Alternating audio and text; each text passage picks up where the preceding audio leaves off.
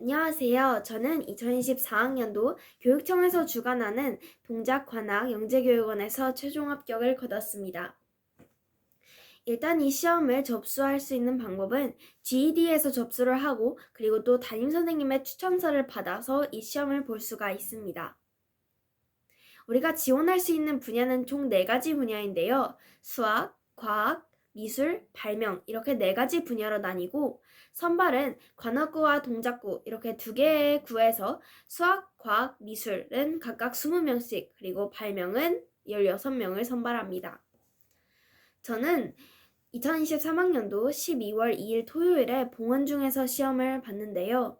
지필평가와 면접 이렇게 2가지로 나뉘었습니다. 먼저 지필평가는 1시간, 면접은 10분 정도를 보는데요. 먼저 지필평가부터 소개해 보도록 하겠습니다.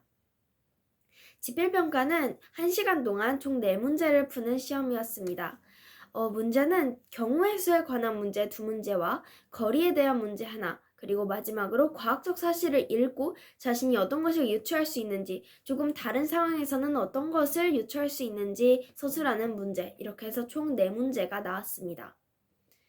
일단 경우의 수 같은 문제는 되게 다양한 진짜 수학적인 문제인 것도 있었고 아니면 그냥 어떤 우리의 실생활에서 자물쇠가 있는데 이 자물쇠 번호가 어떤 것일지 그런 경우의 수를 구할 수도 있고 그리고 또 지도를 보여주고 이때 어디에서 어디로 가는 가장 효율적인 방법은 어느 것인지 구하시오 이런 문제와 마지막으로 이제 과학적 사실 물속에서 소리를 듣는 사람의 귀는 주로 어떤 성질과 어떤 성질로 듣는데 이렇게 다 쭉 설명을 해주고 마지막 이제 한 문제에서 만약에 물속에서는 사람의 귀가 조금 다르게 움직이는데 이때 물속에서 듣는다면 어느 쪽 소리를 더 가까이 들을까요? 이렇게 조금 원래 실제 사실과 좀 다른 상황인데 이 상황에서는 어떻게 생각을 하십니까? 이렇게 과학적 사실을 보고 유추하는 문제 한 문제가 나왔습니다. 이때 연습장을 주시는데요. 연습장은 이제 무한 리필로 주시지만 이제 연습장은 채점하지 않는다는 전제하에 이제 무한 리필로 주십니다. 근데 이제 그때는 앞면 뒷면이 있으면 뒷면을 써도 되냐고 이제 여쭤보니까 뒷면은 일단 쓰지 말고 앞면을 쓰라고 하셔서 그냥 다시 무한 리필을 하더라도 앞면을 쓰라고 이제 설명을 해주셨습니다.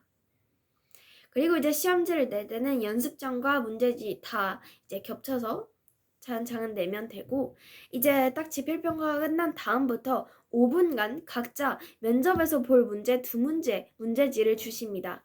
이제 거기에 관해서 생각을 쭉 해보고 5분 동안 생각 최대한 써보고 그리고 이제 5분 뒤에 직접 가서 5분 동안 설명을 합니다.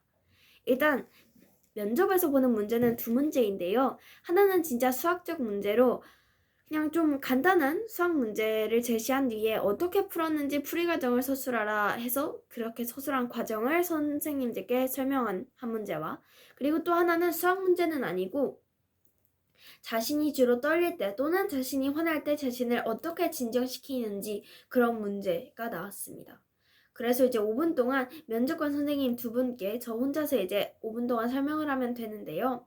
그렇게 다 설명을 한 뒤에 더 하고 싶은 얘기가 있는지 없는지 여쭤보십니다.